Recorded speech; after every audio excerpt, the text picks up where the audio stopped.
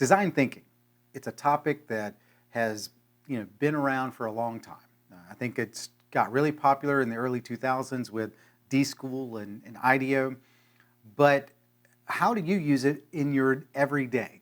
How do you use it with digital transformations? How do you use it just to maybe shape corporate or organizational strategies? In this episode, I'm actually going to talk to you about how to do that. My name is Pablo Alejo, and I'm your co-pilot.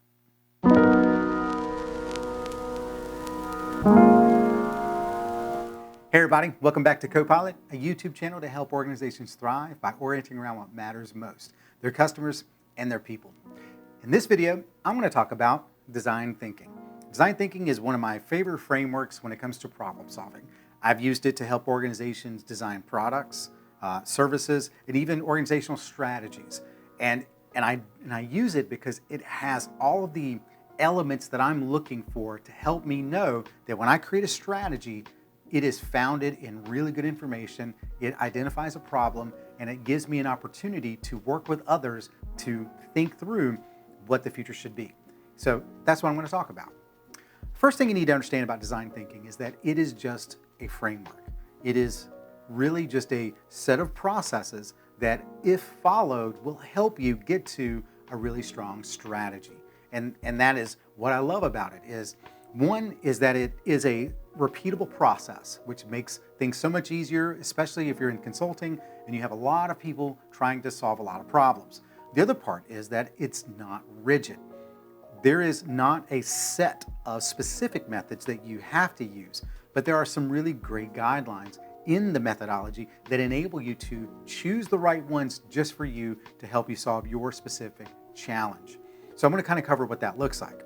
So the four major phases of design thinking look like this. If you do a search, you'll find something called the double diamond, and it's typically something like discovery, definition, co-creation or design, and then build or create.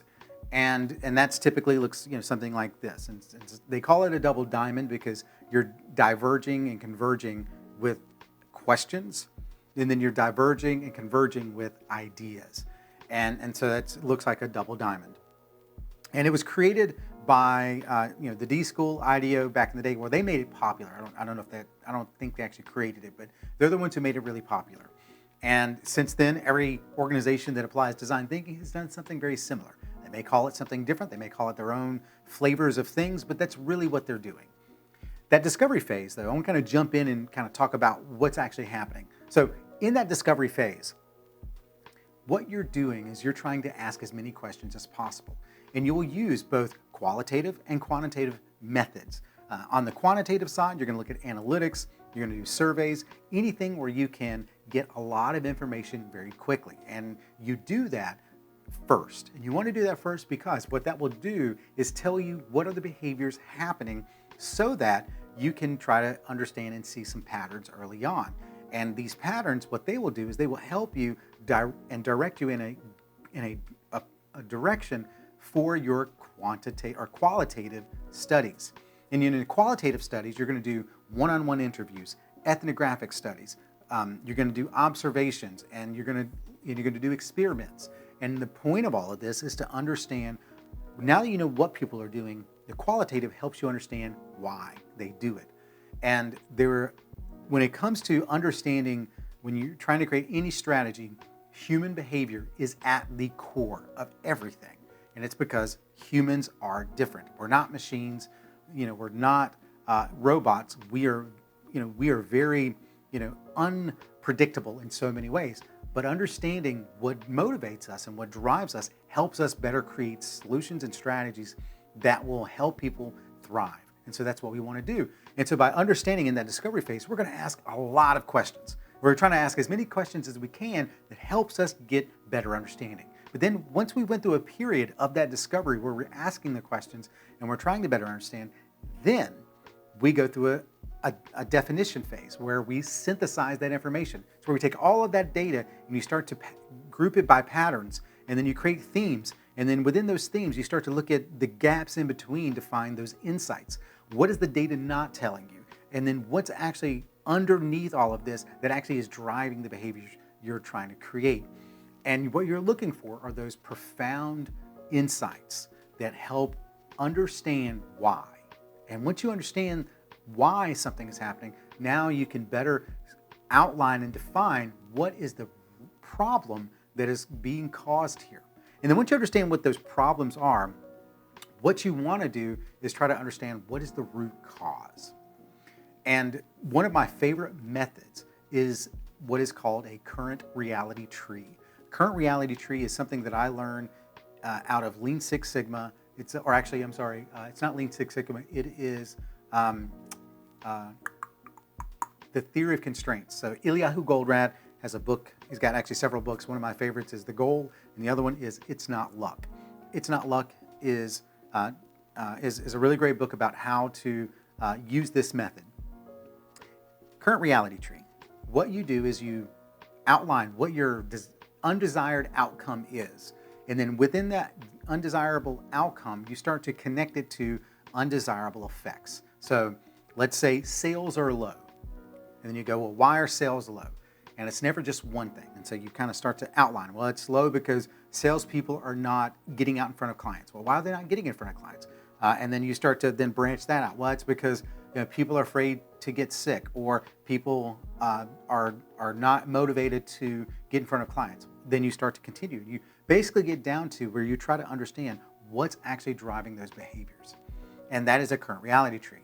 And when you have a very clear understanding of what are those root causes, now you are ready to start solving. And what you find is that in most organizations, what is driving that outcome you do not want will boil down to 2 or 3 root causes.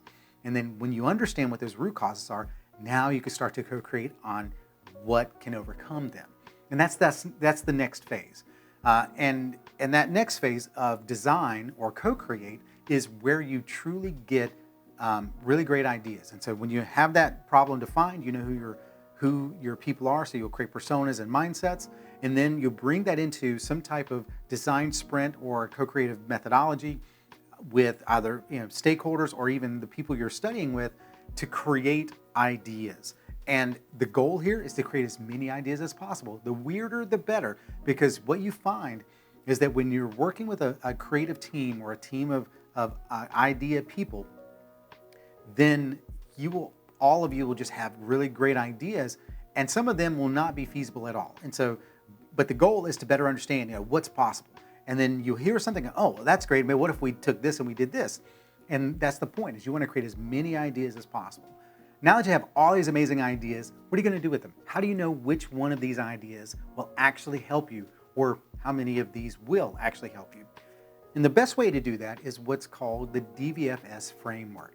Desirability, viability, feasibility, and sustainability. Desirability. Is this idea desirable to the people who will actually use it? And that's critical, because if no one wants to use it, don't even make the thing. Viability. Does this idea have good business viability? Will it help the business in a positive way? Feasibility. Can this idea be made? Do you have the current technology capabilities? Do you have the right infrastructure in place to actually make this idea? And finally, sustainability. Does this idea have long-term positive impact? Is it ethical? Is it responsible? Is it inclusive? And as you think through all of the ideas that you created and you start to measure where they exist on the spectrums of these lenses, that's when you'll start to see ideas fall off the board. You'll have an idea of a flying iPhone. Well, you could probably make it, but it's probably not the most feasible thing to do. Or the business viability of this is probably not the best. It will take gazillions of dollars to make it, and it will not make you any profit. So you start to figure out which ideas right off the bat will and will not work. Then you get to that subset of ideas, and now what you want to do is you want to test those. And you want to do that through low fidelity prototyping. You can do writing things on paper and just kind of sketching out tests and say, hey, if you were trying to figure this out, well, what would you click on first? Or how would you go through this? Sometimes you can create physical prototypes where you're interacting with people in almost like a role play scenario where you're trying to act out how a service work and behave to see whether or not what would actually make it good or not. And then you get to a point where you're actually creating more higher fidelity prototypes, and that's like no-code systems, Figma, Miro, things like that. And you basically create systems that people can test with, and you can actually do remote testing and test at a higher scale. And you're just trying to get ideas from people to make sure that what you're creating actually makes sense. And then once you've done that, you're going to get to a list of really strong ideas. And they were not the original ones you came up with, but over time you've refined them. And this happens in weeks. Like this entire process can happen in 3 to 6 weeks because you've just done this really fast. And that's beauty. That's the beauty of this. This whole process isn't meant to take more than a couple of months. But the point is to get to these really few ideas and say, okay, now we have a direction. What can we do with this? Well, first off, let's prioritize these with the organization to figure out which ones make the most sense right now. And so as we went through this process of the double diamond of discovery, definition, co-creation, and creation, now we're in the process of trying to make this happen. And in a typical strategy, you always have a North Star. So once you understand what you're trying to solve and you have that root cause of a problem, okay, well, where do we want to go now? Where is this taking us? And so you have that North Star. Well, now you know where you're going. You've got these ideas. How will these ideas get you there? And that's where the strategy comes in. And the way you build that out is understanding what is important right now. And then if it's not important right now, then it can be done at a later horizon. And that's what creating the roadmap is that you take the most important ideas, you try to figure out what needs to be done in order for this to actually work. Then you start to say, okay, well, here's the foundation that needs to be put in place.